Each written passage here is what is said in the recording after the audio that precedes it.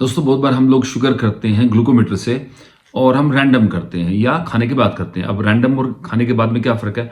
खाने के बाद अगर 2 घंटे के बाद हम करेंगे, हम उसको बोलते हैं PP, post prandial blood sugar level.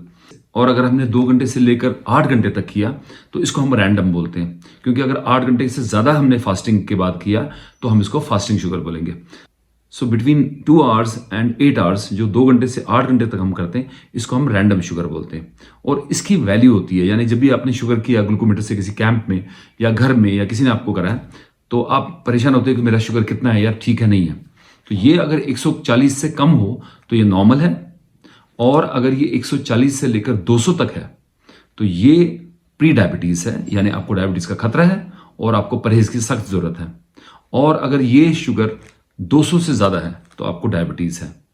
So next time अगर आपने किसी कैंप में शुगर किया है, रैंडम शुगर या पोस्ट प्रैंडियल शुगर किया है, या किसी ने आपको घर में किया है ग्लूकोमीटर से, तो उस टाइम पर या आपने किसी लैब में जाके टेस्ट किया है और आपका शुगर अगर 140 से ऊपर आता है तो आपको अलर्ट होने की ज़रूरत है। और अगर आपका शुगर 200 से ज़्यादा आता है तो आपको ट्रीटमेंट की ज़रूरत है।